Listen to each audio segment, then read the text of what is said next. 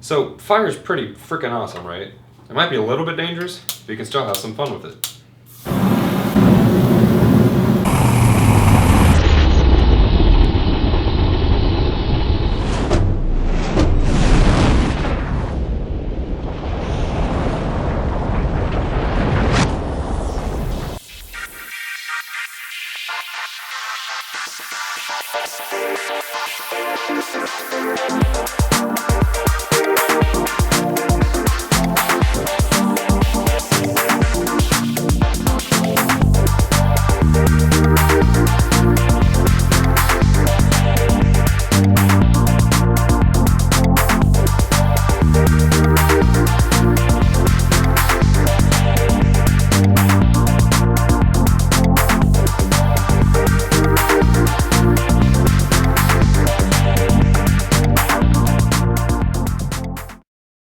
So first we're going to start with just a basic way to create some fire. That's with a match. So we've got some extra large matches here, and let's just take a look.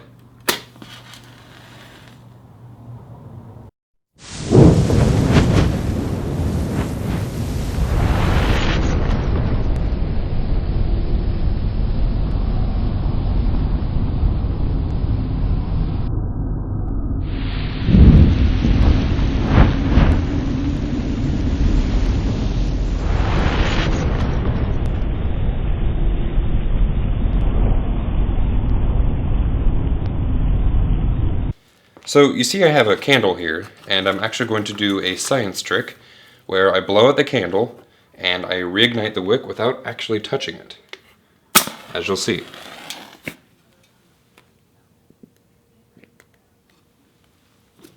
Pretty cool, huh?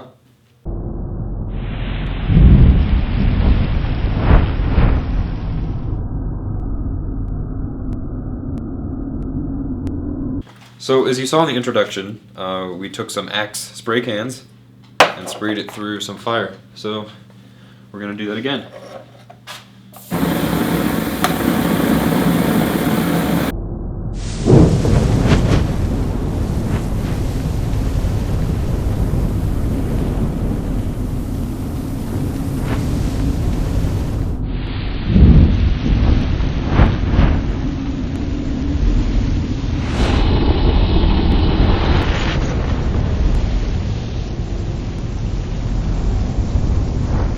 Okay, so this is the part that Grace has been waiting for. We've got a solution of just some water and dish soap, and we're going to use this butane can and create a bunch of bubbles.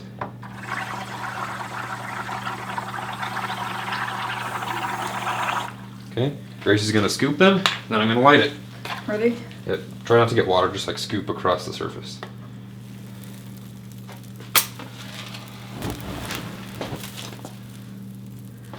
How was it? That was pretty cool. Was it warm? Yeah, it was warm. It's not numb anymore. Oh yeah. Scoop. Hold on.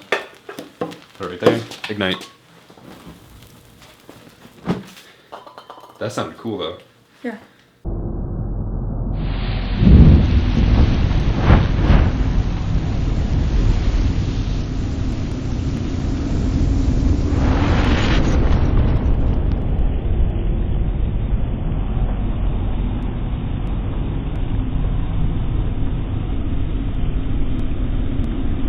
I'm waiting until you actually have one in your hand. Yep. Wait. Oh, wow. Well, that was unexpected.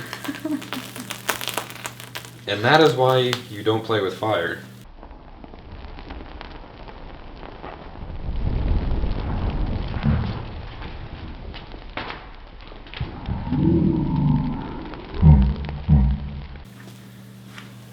Look at that, it's still going. Yeah. Can I get it under these bubbles so it can burn more?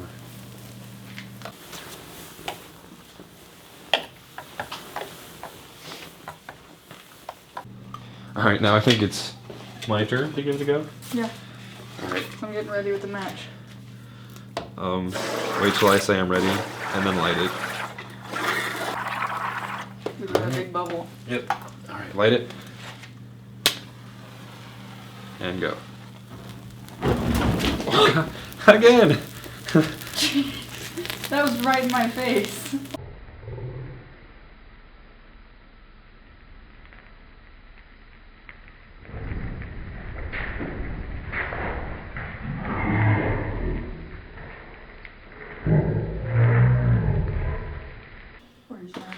Okay, so now we're just going to light the tub on fire. Get some extra bubbles in there.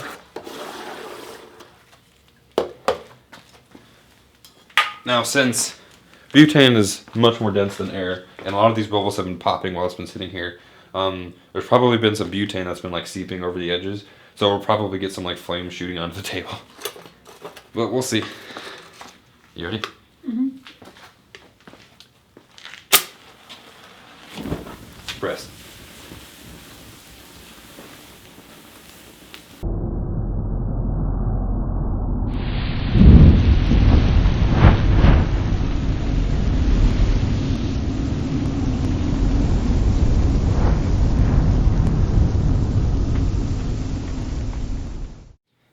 But the first thing we did was just striking a match, which in today's society is probably the most easy way to generate fire. Sort of take it for granted.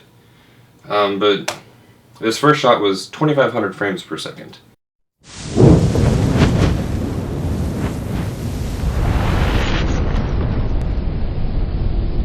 And you can see, once there's a source of ignition, you see it at the tip first, and these flakes are sort of flying off. And then this flame just sort of appears, and throughout the length of the video it sort of grows over the surface of the matchstick.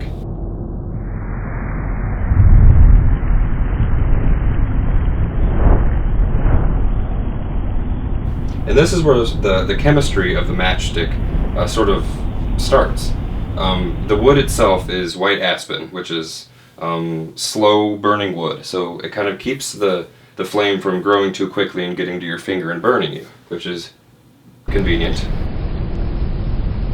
But for almost any source of ignition of fire, we're going to need an igniter, fuel, and a source of oxidation. And those three chemicals that are being used in this matchstick are red phosphorus, which the matchstick actually gets from the striking pad. The fuel is going to be sulfur, and the oxidizer is going to be potassium chlorate. And what happens is you strike the match on the match head.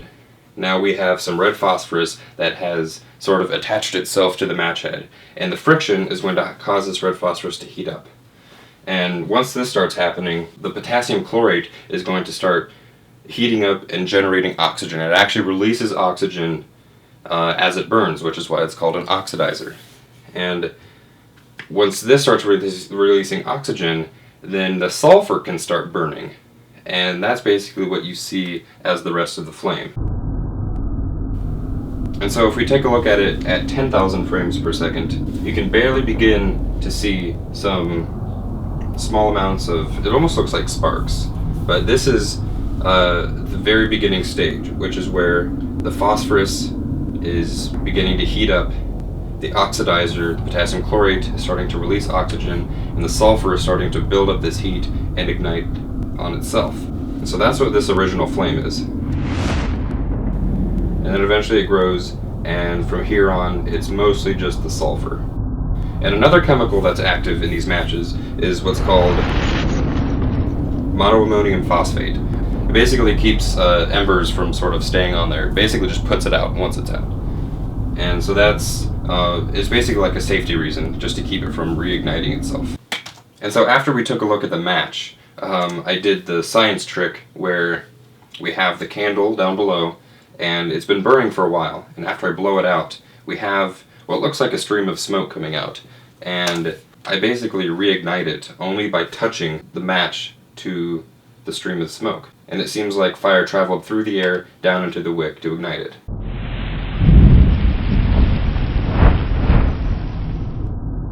It's sort of difficult to see because the camera was exposed to have a better look at this flame up here. And so the fire that's traveling down is not nearly as bright. So it's sort of difficult to see, but you can see this wave of fire propagating down towards the wick.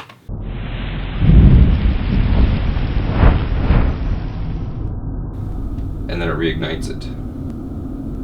And this seems somewhat confusing because smoke you don't think of as being flammable, but that's actually where the trick begins, because this actually is not smoke. This is actually wax that's been atomized by the high amounts of heat. And this is actually flammable. And so once we get the match to touch the stream, when done correctly, it'll actually ignite this wax, and it'll sort of travel down as more wax particles are coming up into it. And so it'll travel down, propagate all the way down to the wick. It's pretty cool. You can use it to impress your friends or something. And this is probably something that a lot of you naughty teenagers do. Spray axe through an open flame. And this sort of turns it into a flamethrower, which is pretty neat, but also pretty dangerous.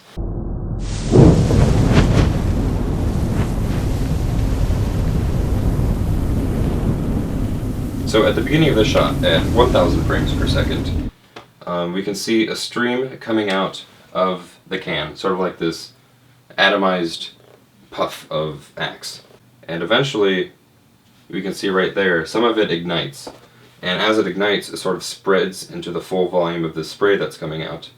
And now we have a steady stream. And the reason why this is actually so flammable is sort of because of the ingredients that are in it. And if you look at a label on an axe can, if you look at the ingredients, the number one ingredient is usually some form of alcohol, which we all know is pretty flammable. It also contains butane and propane, two very flammable gases. What we're basically seeing is the science of stoichiometry, which is a science of ratios. Once this gas that's coming out of the can reaches a certain mixture in the air, it allows it to ignite spontaneously from this candle. And by spraying more into it, you're basically just adding to the fuel, and we just get a constant source of fire.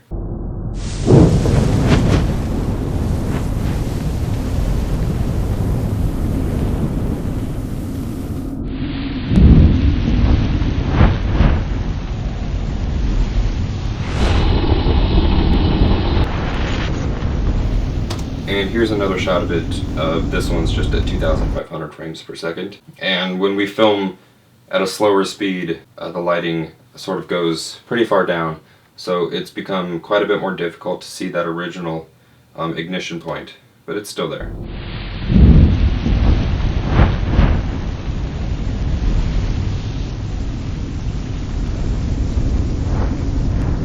So the next thing we did was probably my favorite thing. I was waiting for this like the entire time we were filming, and it's where we took a pail thing of water and we mixed in some Dawn dish soap and took butane, like a can of it, and made bubbles that were filled with butane gas, and then scooped them up and lit them on fire. Mm-hmm. Don't try that at home. We're going to tell you don't try it at home, but chances are you're probably going to. You probably shouldn't, because we about caught stuff on fire. Yeah. And again, the main issue with filming fire is you have to underexpose everything, or else the fire is just way too bright. And so you can barely see the bubbles sitting in Grace's hands.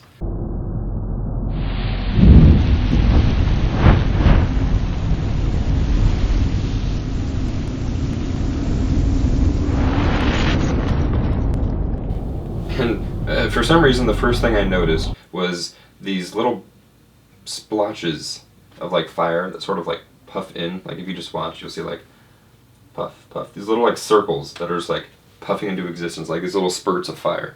And at first I just thought it was really funny looking. But then I realized that's actually the bubbles bursting.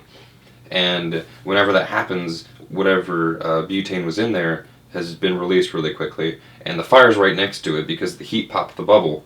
And so it just ignites that little bit of butane that was in the bubble, and we get this little burst of fire. And that helps it continue down to the other bubbles. So butane, the reason why it's so incredibly flammable is because it's what's known as a hydrocarbon. C4H10 is the equation for butane. And you can see it only consists of hydrogen and carbon, which is why it's called hydrocarbon. And what happens when you introduce a source of oxygen, which is basically the flame, it goes through what's known as a combustion reaction. And so we have, if we were looking at this from a chemistry equation standpoint, we have our C4H10 hydrocarbon, plus our oxygen. And our reactants, when they react, turn into the products water and carbon dioxide. And so we basically get an exponential increase in the amount of flames that are there. We start out with a little bitty fire, and then it grows super quickly into a fire that's engulfing your entire hand. You know, it's pretty weird, the sensation of having your hand on fire, and it doesn't really hurt. Like, it just feels, you're holding bubbles, and it's just like your hand's wet, and you're not really feeling anything. And then, if you hold it there for a while, then it starts to, you can feel, like, the heat, and then you have to shake it off. Yeah, and that's what caused our problems with those giant explosions of flames around us. That's when we almost caught each other on fire and stuff. Yeah. Oh, wow. Again! And so after all of those sort of bad attempts that lit the entire bucket on fire, I figured let's do that intentionally and take a look at that in slow motion. And so here we have our bucket with a lot of these butane bubbles in it. Here's my match.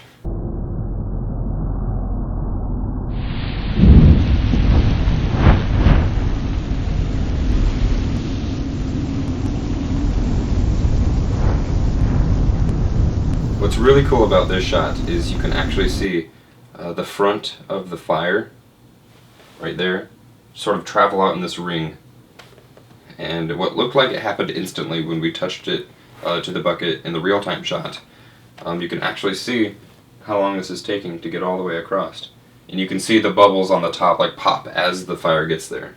But what starts this reaction is the match head actually touches these few bubbles that are right there and sort of pops them just because it's touching them. And that little bit of butane is released, and that catches onto the fire, so now we have some heat. And so all of the bubbles around it are now popping because of this heat. And by the time this gets to the end of the bucket, the entire top layer of bubbles are gone. And so it basically just like works its way down, popping each layer of bubbles until it gets to basically the surface of the water. And at that point there's nothing left to sort of burn off of. And so that's why it eventually just goes out.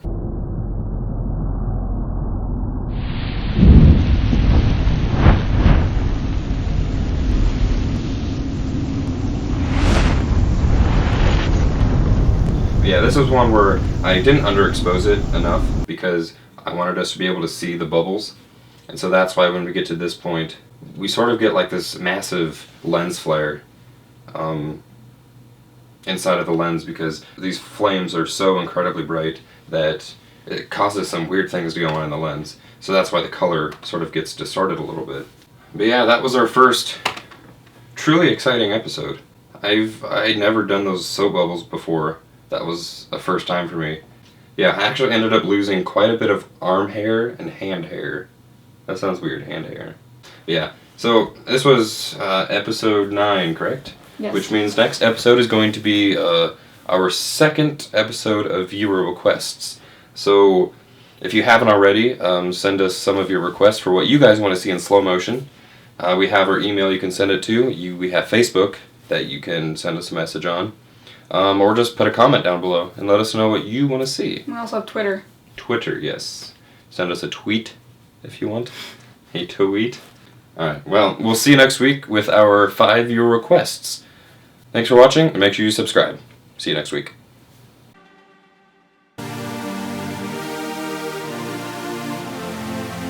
Thanks for watching this week's episode of HighSpeedFanatics. You can follow us on Twitter at username HighSpeedFans.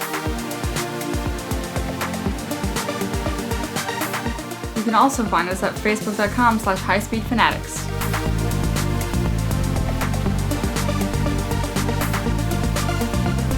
If you have any questions or suggestions, please feel free to send us an email at highspeedfanatics@gmail.com.